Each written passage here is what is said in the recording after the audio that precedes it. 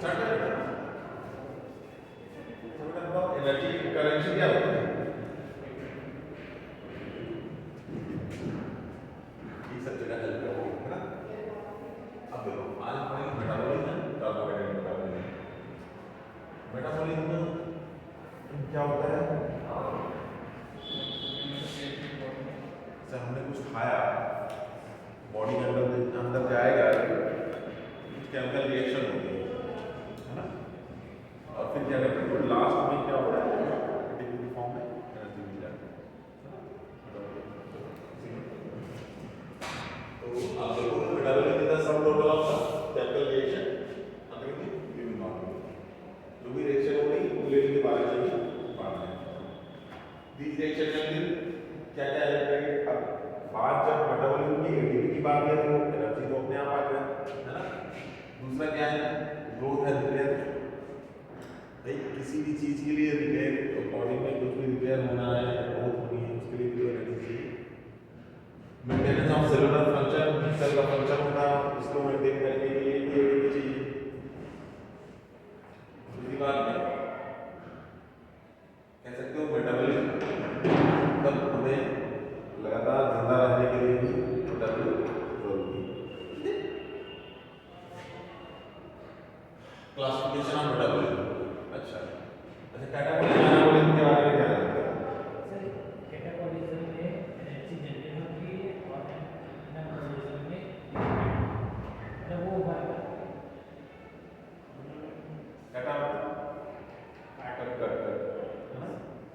तो ब्रेकडाउन हो जाता है, कॉम्प्लेक्स आपके पास मॉलिक्यूल होता है वो सिंपल हो जाता है।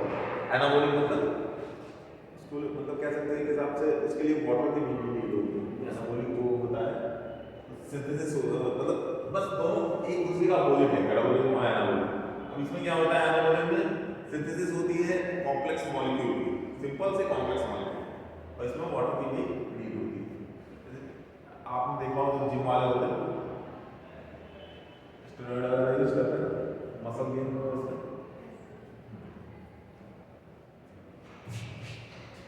देखिए हाँ, तो मेटाबॉलिज्म देखो दो टाइप का होता है, कैटाबॉलिज्म या एनाबॉलिज्म। एनाबॉलिज्म में क्या होता है कि कॉम्प्लेक्स मॉलिक्यूल क्या होता है, सिंपल में ब्रेकडाउन हो जाता है। अब ये कैटाबॉलिक रिएक्शन क्या होता है, देखिए एटीपी हमें कब मिलेगी, जब कोई भी कॉम्प्लेक्स मॉलिक्यूल जो है मेटाबॉलाइज होकर सिंपल फॉर्म में चेंज हो जाए। तो कैटाबॉलिक रिएक्शन क्या प्रोवाइड करता है, एटीपी, रिड्यूसिंग इक्विवेलेंट एनएडीएच का एफएडीएच। एक एफएडीएच से 3 एटीपी मिलती है, एफएडीएच को 2 एटीपी मिलती है। एनाबॉलिज्म की बात करेंगे तो synthesis of complex molecule from simple molecule, मतलब कह सकते हैं छोटी छोटी चीजें मिलकर बड़ी चीज बनाती है। अब इसमें क्या होता है, anabolic reaction important for both tissue repair and storage of energy. जो मॉलिक्यूल को देखा है स्टोरेज यूज करते हैं।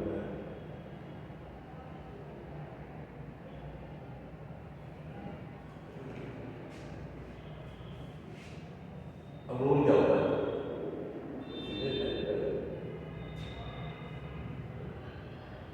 Role of enzyme. एंजाइम को एंजाइम का नाम जानते हो? हिमालय को कहाँ पाया जाता है? ये स्टमक में पाया जाता है, पैंक्रियाज से जनरेट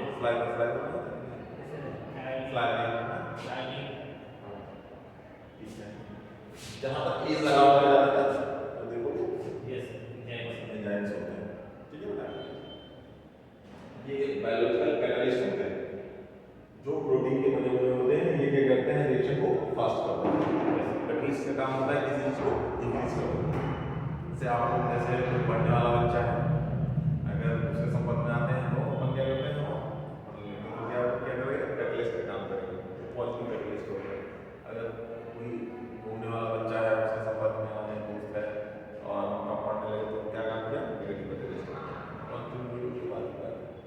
तो यहाँ पर क्या है, एंजाइम क्या है, बायोलॉजिकल कैटलिस्ट है, मेटाबॉलिक प्रोटीन, और क्या करते हैं, इंक्रीज कर देते हैं रेट ऑफ बायोलॉजिकल रिएक्शन जो बात कर रहे हैं। एंजाइम हाईली स्पेसिफिक होते हैं, रीयूजेबल होते हैं, यूज कर सकते हैं बाद में बार बार, और factor affecting enzyme activity temperature, age और सब्सट्रेट ये कैसे, मान लो टेम्परेचर हर एंजाइम का अपना स्पेसिफिक काम होता है। जैसे टेम्परेचर अगर इंक्रीज करेंगे या डिक्रीज करेंगे तो एंजाइम की रिएक्शन भी इंक्रीज या डिक्रीज होगी। जैसे देखोगे कि हम फ्रिज में सामान रखते हैं तो उसे खराब नहीं होता, एंजाइमिक एक्टिविटी जो है वो अफेक्ट करता है। ठीक है, दूसरी बात क्या होता है, पीएच वाला कैसे, पीएच आप कैसे बता दें, जैसे मान लो कि पीएच ऐसे नहीं कर सकते हो आप, जैसे जो हम लोग देखा होगा ऑलिव जो हम नमक के पानी में रखते हैं हाईली कंसंट्रेटेड फॉर्म में होता है कि नहीं होता है, तो उसमें क्या होता है बैक्टीरिया वगैरह की एक्सॉस्मोसिस हो जाती है, क्या कहते हैं, तो एल्कलाइन फॉर्म में हो जाता है ना, तो एंजाइमेटिक एक्टिविटी नहीं होता है। पीएच पे भी डिपेंड किया, सब्सट्रेट कंसंट्रेशन पे भी डिपेंड किया। सब्सट्रेट कंसंट्रेशन कैसे, जैसे हम लोग अचार जो अपने दादी अम्मा और ये सब बनाते थे है ना, तो उसको हाईली कंसंट्रेटेड फॉर्म में, इतना मसाला और सब तेल इतना कंसंट्रेटेड फॉर्म में होता है, बैक्टीरिया वगैरह तो नहीं। मेटाबॉलिक एक्टिविटी के लिए क्या चाहिए, कंसंट्रेशन, पीएच और टेम्परेचर ये तीनों अफेक्ट करेंगे। अब इतना ज़्यादा कंसंट्रेटेड होता है कि वो क्या करता है, एक्सॉस्मोसिस कॉज करा देता है। अब कोएंजाइम की बात करते हैं, ये क्या होता है, कोएंजाइम क्या होता है, नॉन कोडिंग मॉलिक्यूल होता है, ये देखिए coenzyme they assist enzyme, coenzyme organic non coding molecule होते हैं, ये थोड़ा सा ध्यान रखें।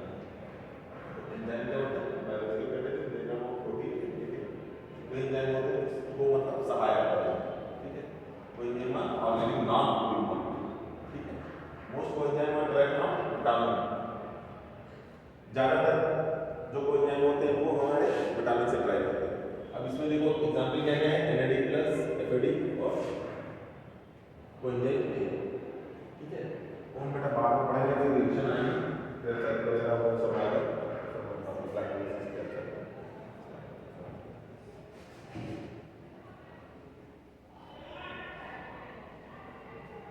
कोएंजाइम होता क्या है, कोएंजाइम होता है, coenzyme is a molecule required by an enzyme to carry out the catalyst is of a chemical reaction। ये डेफिनेशन चाहिए, कोएंजाइम मतलब कोई मॉलिक्यूल है जो रिक्वायर होता है एंजाइम को कैरी आउट करने में, कैटालिसिस करने के लिए। लिखना है, हाँ एंजाइम कोएंजाइम मॉलिक्यूल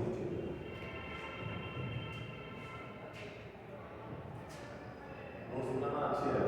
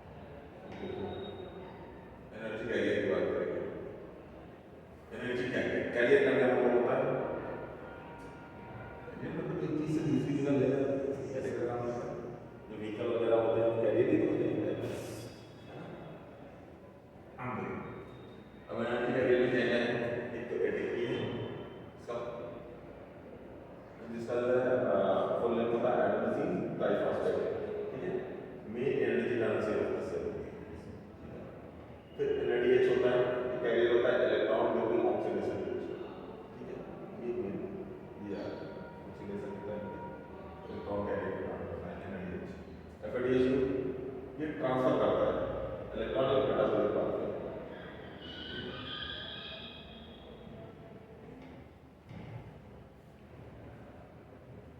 अभी रिएक्शन आएगी तो इसमें एडीपी एफएडीएच एलएडीएच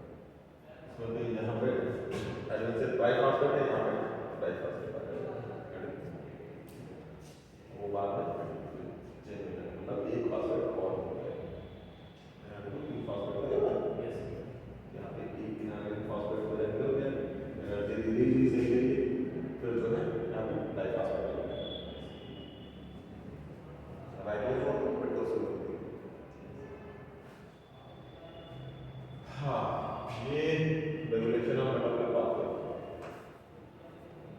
मेटाबॉलिक पाथवे इससे कैसे रेगुलेट होगा? तो एंजाइमेटिक एक्टिविटी उस पर डिपेंड करेगा, हार्मोन पर डिपेंड करेगा, ठीक है। इंपॉर्टेंट रेगुलेटरी मैकेनिज्म होगी, एलोस्टिक रेगुलेशन होगा और फीडबैक एनिमेशन होगा, हार्मोन कंट्रोल होगा। हार्मोन कंट्रोल में कौन कौन सा है? इंसुलिन, ग्लूकागोन, ये सब हार्मोन ही तो है। इंसुलिन कहाँ से सिक्रीट होता है? इंसुलिन कहाँ से सिक्रीट होता है? ऐसा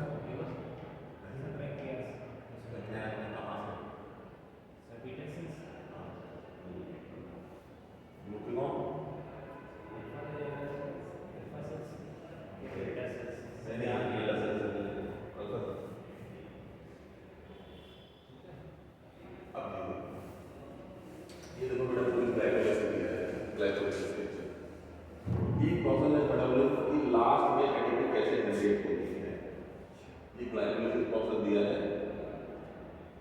अब जहां से लेके यहाँ आप देखोगे दो डायरेक्शन में हमारी रिएक्शन चल रही है, ठीक है, दो डायरेक्शन है ना।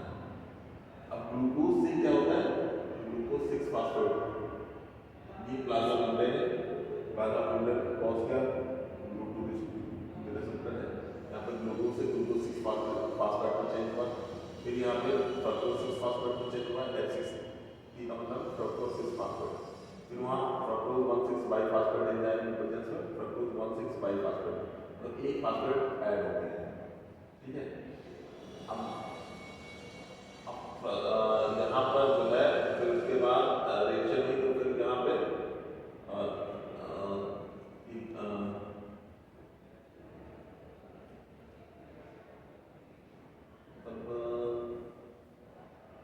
इसमें कम दिया है एक्चुअली में,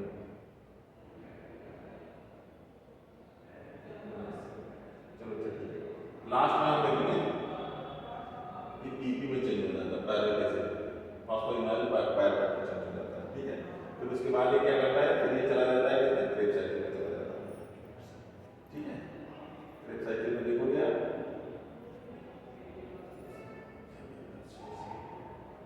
ये देख रहे हो ये क्रेब साइकिल, ठीक है।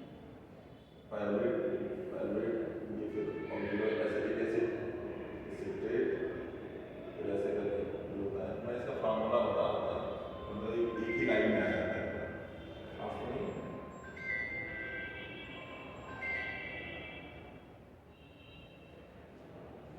इसका फार्मूला मैं बता दूंगा, मतलब कहाँ पे एटीपी रिलीज होता है, कैसे होता है, मुझे याद दिलाना है, ठीक है। इस बात में एटीपी रिलीज करता है, इसमें कर रहा हूँ एक लाइन का फार्मूला है, एक line C6 citrate C cyclomatic acid C6 alpha alpha ketoglutaric acid और SSFM मतलब SS मतलब सक्सेनिक कोएंजाइम में सक्सेनिक एसिड और ये ऑक्सिलो एसिटिक एसिड लास्ट में चेंज होता है, ठीक है।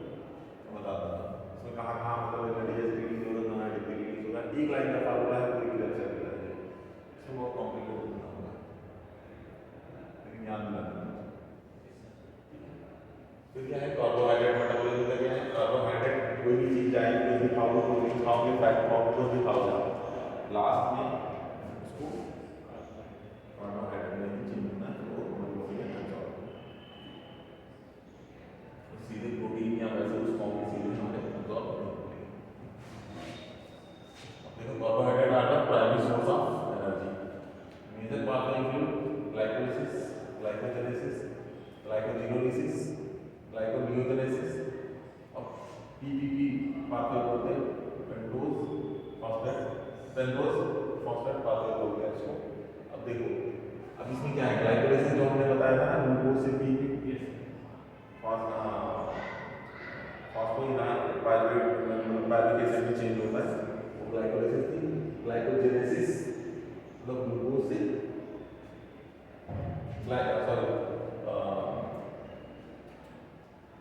ग्लाइकोजेनेसिस, हाँ ग्लाइकोजेनेसिस मतलब ग्लाइकोजन का फॉर्मेशन, ग्लाइकोनियोजेनेसिस मतलब ग्लाइकोनियोजेनेसिस इसमें क्या होता है, इसमें ब्रेक होगा ग्लाइकोनियोजेनेसिस, इसमें ग्लूकोज बनेगा आधा बैग मतलब ग्लूकोज से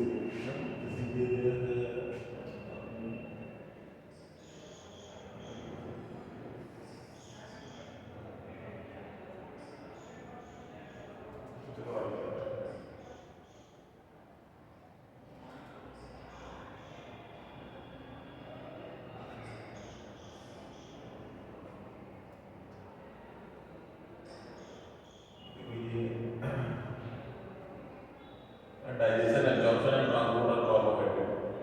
डाइजेशन आपने बताया था कि एंजाइम जो है स्लाइडली एनालिसिस के बारे में बताया था, एनालिसिस का आपने पूछा था कि एंजाइम का कोई नाम बताया था, बच्चे ने बताया था एनालिसिस क्या था, माउथ से ही डाइजेशन चालू होता था, है ना। और एमाइलेज ग्लाइकोसाइड के बारे में इंटेस्टाइन में होता है तो पॉलीसेकेराइड कहलाता है, पॉलीसेकेराइड से फिर उसके बाद क्या होता है, फिर एब्जॉर्प्शन होता है, एब्जॉर्प्शन का होता है स्मॉल इंटेस्टाइन में, ठीक है। ग्लूकोज और गैलेक्टोज जो है एब्जॉर्ब होते हैं एक्टिव ट्रांसपोर्ट के थ्रू, ठीक है।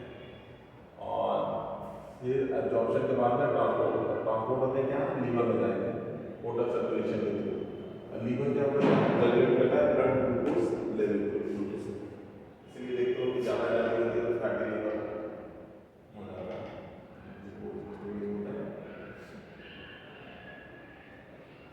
ग्लाइकोलाइसिस जो बार आप देखो कि हमेशा सेपरेट भी है, ये ठीक बनाना है।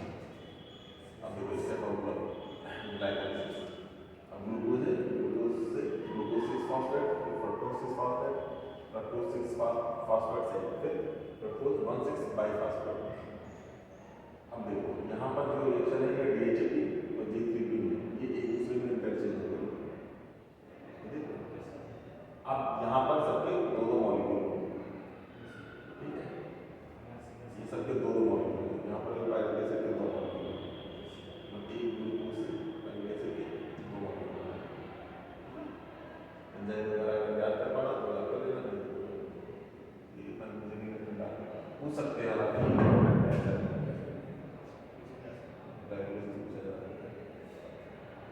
अब इसमें लास्ट के रिजल्ट क्या होता है, ग्लूकोज से फर्स्ट ग्लूकोज से क्या होता है, पायरुवेट पैरिक एसिड, तो ये हमें याद रखना है। ये क्या होता है, 6 कार्बन होता है, ये क्या होता है, 3 कार्बन होता है, ठीक है। कहाँ पे आकर होती है, मतलब कहाँ पर होती है, साइटोप्लाज्म में होती है। फिर क्या होता है, इसके लिए हमें ऑक्सीजन चाहिए खाद्य, इसके लिए हमें ऑक्सीजन की जरूरत नहीं होती ग्लाइकोलाइसिस के लिए, ठीक है। एंजाइम होते हैं एंजाइम फॉस्फोग्लूकोन आइसोमेरेज, फॉस्फोफ्रक्टोकाइनेज, एल्डोरेज, ऐसे करके एंजाइम होते हैं। एंजाइम कंट्रोल रिएक्शन है divided into energy investment phase या एनर्जी पेऑफ फेज। इसमें हमें टोटल अभी इसमें एटीपी वगैरह नहीं दिखाया है, इसमें एटीपी रिलीज होगी, ठीक है। क्योंकि इरिवर्सिबल स्टेप कौन कौन सा है, हेक्सोकाइनेज, फॉस्फोफ्रक्टोकाइनेज, पायरुवेट काइनेज, कौन सा ये इरिवर्सिबल रिएक्शन है, फॉस्फोफ्रक्टोकाइनेज, हेक्सोकाइनेज और कौन सा है, पायरुवेट काइनेज।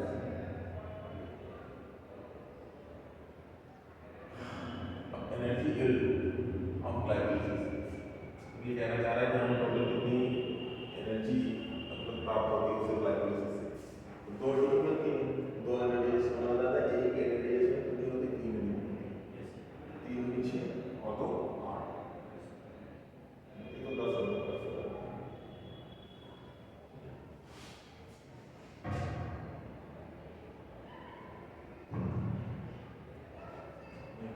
ग्लूकोज से पायरुवेट ये नोट कर लेना चाहिए, तो बना काम है। ग्लूकोज से पायरुवेट में 8 एटीपी, एरोबिक बात आ रहा है, पायरुवेट एस्टर को 6 एटीपी, फिर एस्टर को लास्ट में CO2 वाटर में चेंज होगा 24 एटीपी।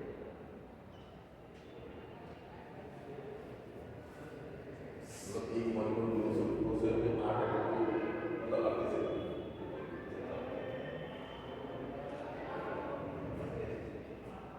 ठीक है। अब फिर पायरुवेट जब तो इसमें एरोबिक में देखेंगे in presence of oxygen pyruvate enter कर जाता है जिसमें माइटोकॉन्ड्रिया में, क्योंकि लास्ट में एनर्जी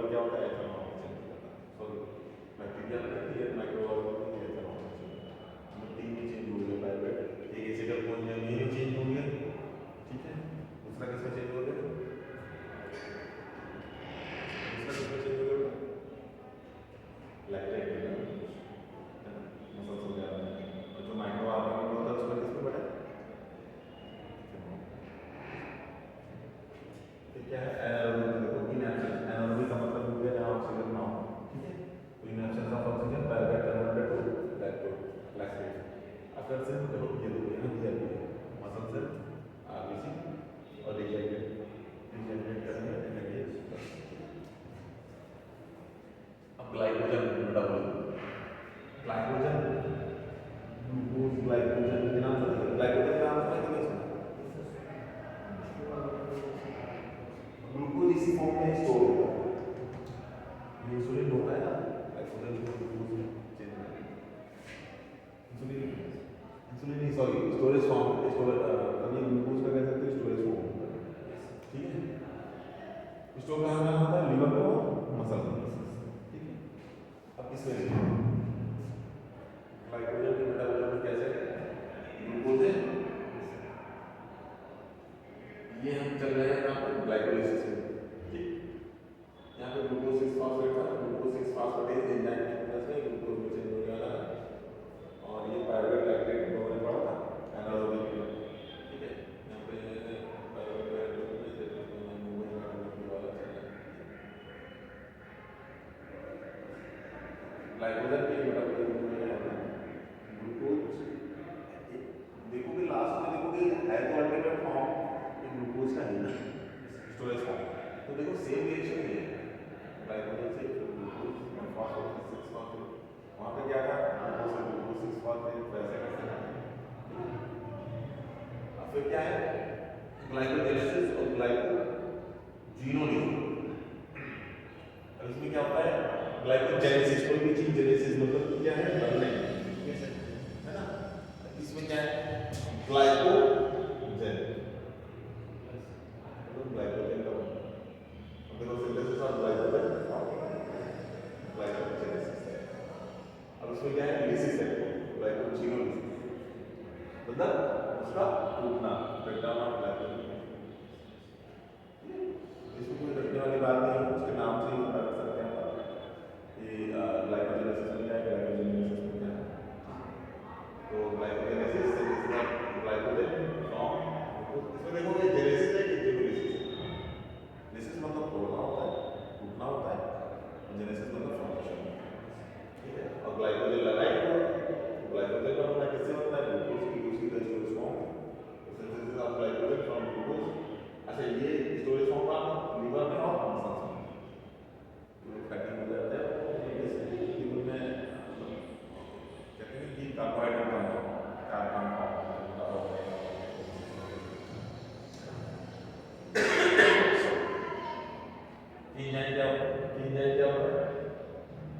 ग्लाइकोजन सिंथेस, ठीक है, स्टिमुलेटेड बाय इंसुलिन, ठीक है। अब ग्लाइकोजेनेसिस ये भी मान लो ये हम लोग बात कर चुके हैं, ठीक है। इंजाइम क्या होता है glycogen phosphorylase stimulated by glucagon hormone होता है, एंजाइम सिक्रीट होता है और इसे एड्रेनालिन, ये देखो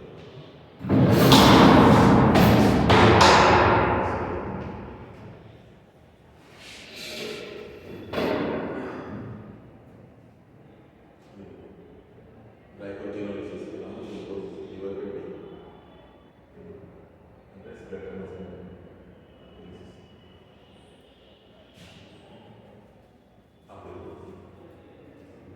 ये वैसे तो एमबीबीएस लेवल की बात है या हाई क्लास हो आप लोगों को ये हम लोगों को भी आता है और ये बहुत इम्पोर्टेंट है कि ग्लाइकोजन स्टोरेज डिजीज को कौन सी होती है, ठीक है। देखो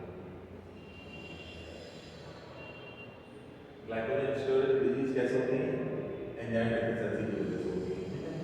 अब नॉर्मल देखिए इसमें देखो ग्लाइकोजन स्टोरेज डिजीज मतलब जाहिर सी बात है ग्लाइकोजन स्टोरेज नहीं हो पा रहा।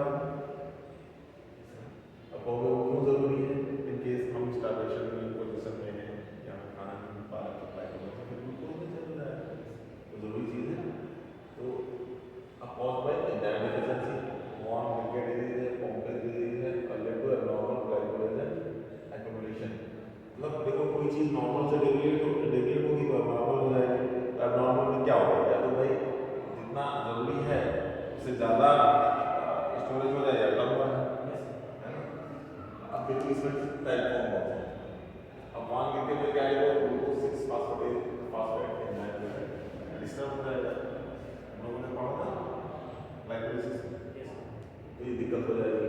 अब कॉम्प्लेक्स डिजीज में क्या होगा लाइसोसोमल अल्फा 1,4 ग्लाइकोजेनेज एंजाइम डिस्टर्ब हो जाएगा। पूरी साइकिल पढ़ी है, साइकिल जैसे उसमें एक्सरसाइज वगैरह करते हैं सॉरी उसमें भी ब्रांचिंग एंजाइम में डिस्टर्बेंस आ जाएगा। फिर एंडरसन की बात करें तो ब्रांचिंग एंजाइम में डिस्टर्बेंस आ जाएगा। और फिर मैकार्डले की बात करें तो मसल ग्लाइकोजन फॉस्फोराइलेशन में डिस्टर्ब हो जाएगा। और एक होता है टाइप 6 बात करेंगे हार्ट हेपेटिक ग्लाइकोजन फॉस्फोराइलेशन। ये बड़ा इसकी स्क्रीनशॉट लेना, ये अच्छा दिखेगा। मेरा मुझे मालूम था। अच्छा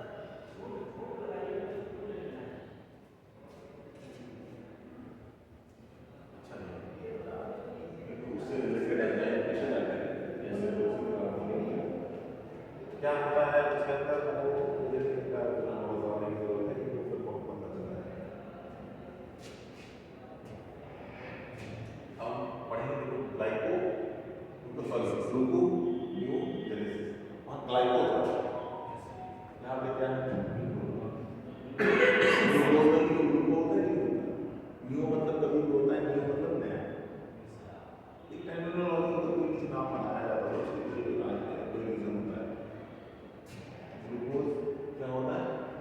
ग्लूको मतलब ग्लूकोज का कोई भी मतलब नया, जेनेसिस मतलब फॉर्मेशन। तो यह formation of glucose from non carbohydrate source.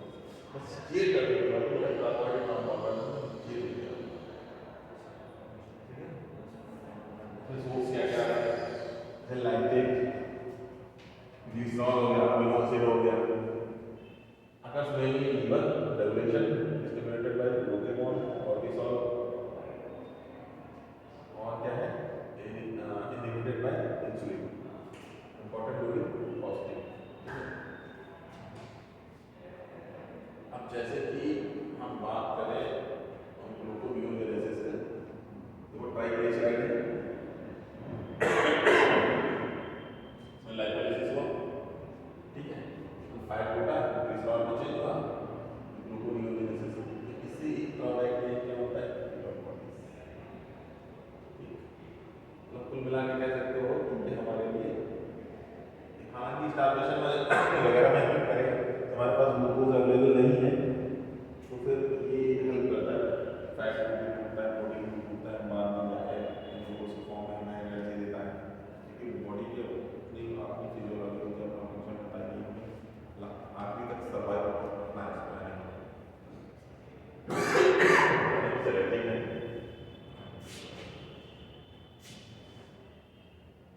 फिर ऐसे ही देखो गया मसल में देखो गया चाहे प्रोटीन देखो जाके चेंज हो जा रहा है, फिर ये एडेनिन में अमीनो एसिड में पैरेलल एसिड में चेंज हो जा रहा है, ग्लाइकोजन देखो लैक्टेट में चेंज हो जा रहा है, ये फिर लास्ट में का ग्लूकोनियोजेनेसिस से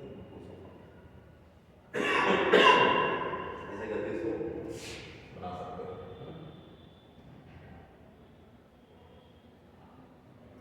फिर TPP ग्लूकोज फास्फेट पाथवे की बात करेंगे हम। ये कह सकते हो जैसे नेशनल आने के यही रास्ते हैं लेकिन कोई अल्टरनेट पाथवे क्या हो सकता है हमारे पास वैसे ही ये alternate pathway of glucose metabolism. इसमें क्या होता है अगोसिन साइटोप्लाज्म ये एटीपी प्रोड्यूस नहीं करता है, फंक्शन क्या होता है produce NADPH for fatty acid synthesis and protection against oxidative stress।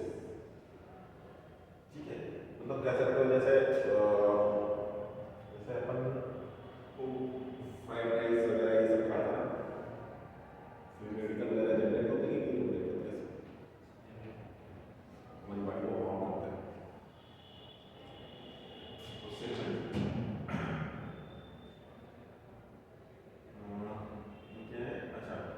Produce करता है ribose 5 phosphate for nucleotide synthesis. Nucleoside जानते हो?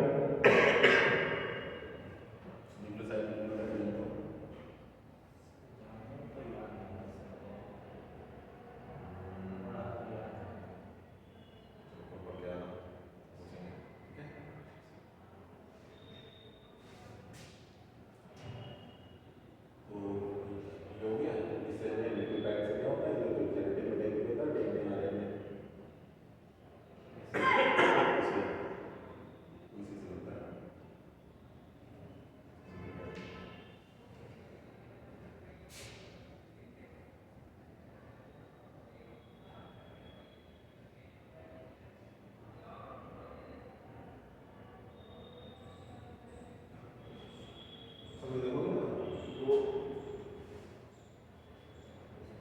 जेनेटिक